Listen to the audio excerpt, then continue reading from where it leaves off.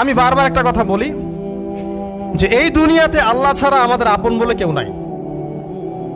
আপনি যাকে আপন মনে করেন না কেন, আমাদের সম্পর্ক আছে বাবার সাথে, মায়ের সাথে, স্ত্রী সন্তানদের সবার সাথে, আমাদের হক আছে, অধিকার আছে, সব ঠিক আছে। বিশ্বাস করেন আল্লাহ ছাড়া আপন বলে আপনার কেউ নাই। এই যে গার্লফ্রেন্ডকে আপন মনে হয়, এরা আপন না।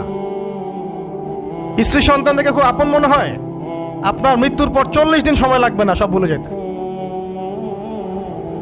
পিতা মাতা ভাই বোন সবাইকে আপন মনে হচ্ছে। পিতা মাতার স্থান বাবা মার পরে, আল্লাহ রসুলের পরে, সেটা ঠিক আছে, তো আপন আল্লাহ ছাড়া তারা নন। আপনি তাদের মনোপুত ভাবে নিজে প্রতিষ্ঠিত হতে পারবেন না, তারা আপনাকে চিনবে না। বলো সারাটা জীবন তোর পিছনে এত টাকা ঢাললাম, কি করলি? কিচ্ছু করতে পারলি না। আবার এখন যারা পিতা মাতা হয়েছেন, সন্তানদেরকে আপন মনে হচ্ছে, দেখবেন এই সন্তানকে আপনি আপনার মনোপুত ভাবে সম্পত্তি দিতে পারবেন না, ভরণ পোষণ দিতে পারবেন না। এই সন্তান বড় হয়ে আপনাকে বৃদ্ধাশ্রমে পাঠিয়ে দিতে পারে, নাউজুবিল্লাহ। অথবা আপনার সাথে এই সন্তানই খারাপ ব্যবহার করবে। আপন মনে হচ্ছে? আল্লাহ ছাড়া কেউ আপন না। আল্লাহ ছাড়া আপন কেউ না। আর আল্লাহ ছাড়া সত্যিকার অর্থে আপনাকে আমাকে ভালো কেউ বাসে না। শুধু আল্লাহ আপনাকে ভালোবাসেন। এটা আপনারা হারে হারে উপলব্ধি করবেন যত দিন যাবে ইনশাআল্লাহ। তাই শুধু সেই আল্লাহর জন্যই নিজেকে খালেস করে দেন, আর যার যার হক তাকে তাকে দিয়ে দেন। দুনিয়াতে শান্তিতে থাকার ফিলোসফি বলছি, philosophy of happiness in this হায়াতুদ দুনিয়া, সেটা হচ্ছে যার যার হক তাকে তাকে দিয়ে দেন, নিজের হক আল্লাহর কাছে চেয়ে নেন। আর দুনিয়াকে আপন মনে করবেন না, আল্লাহ ছাড়া কাউকে আপন মনে করবেন না। আপনি সুখে থাকবেন ইনশাআল্লাহ। দুনিয়ার দাসত্ব করবেন, আল্লাহ ছাড়া অন্য মানুষদেরকে আপন মনে করে নিবেন, দেখবেন আপনি পদে পদে কষ্ট পাবেন। কারো কাছে আশা করেন না, কষ্ট পাবেন না। আমি এই প্রসঙ্গে কথাগুলো বললাম যে দুনিয়াকে আপন মনে করতে নাই, আর আল্লাহকে আপন মনে করতে হয়। আল্লাহকে আপন মনে করলে তখন আমার উপর কিছু দায়িত্ব চলে আসে। কি দায়িত্ব? আল্লাহ আমাকে সৃষ্টি করেছেন, রিজিক দিয়েছেন, লালন পালন করছেন, বাঁচিয়ে রেখেছেন, তার হাতে আমার মৃত্যু, তার হাতে সবকিছু। তো এখন আল্লাহ পাকের জন্য নিজের জীবনটাকে খালেস করে নেওয়া, যেভাবে আল্লাহ পাক চলতে বলেছেন সেভাবে চলা, যেগুলোকে আল্লাহ পাক নিষেধ করেছেন বর্জন করা।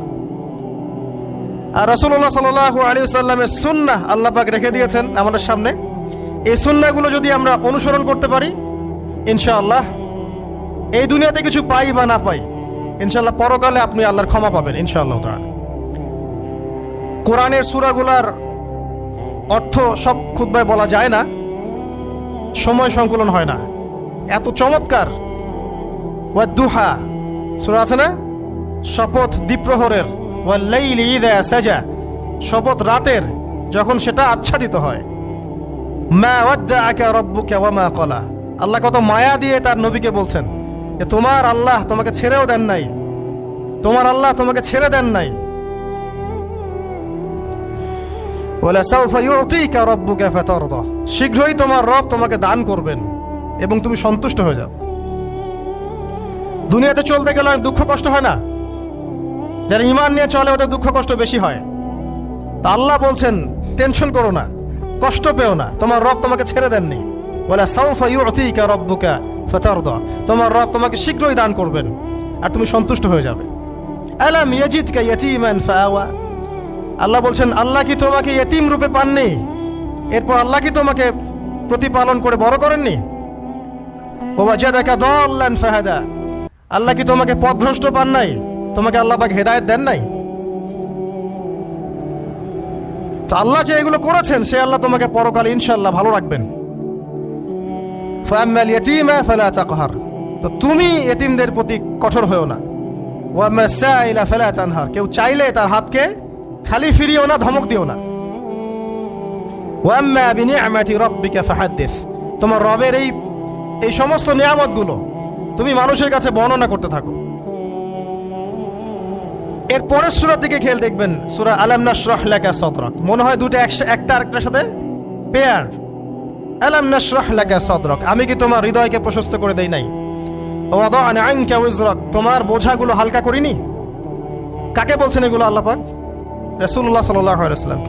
তো যে মানুষটা জান্নাতে যাবে নিশ্চিত, এবং যিনি জান্নাতের দরজা না খুললে জান্নাতের দরজা কারো জন্য খোলা হবে না। যে মানুষটা হচ্ছে ভদ্র, স্মার্ট, বিচক্ষণ, কোনো মানুষ পৃথিবীতে নাই।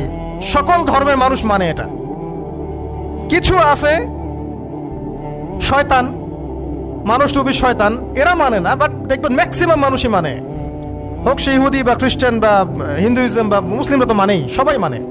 এই মুহাম্মদ সাল্লাল্লাহু আলাইহি ওয়াসাল্লামের মতো স্মার্ট, বিচক্ষণ, ভদ্র, সুচরিত্রের মানুষ পৃথিবীতে কোনোদিন আসেও নি, আসবেও না।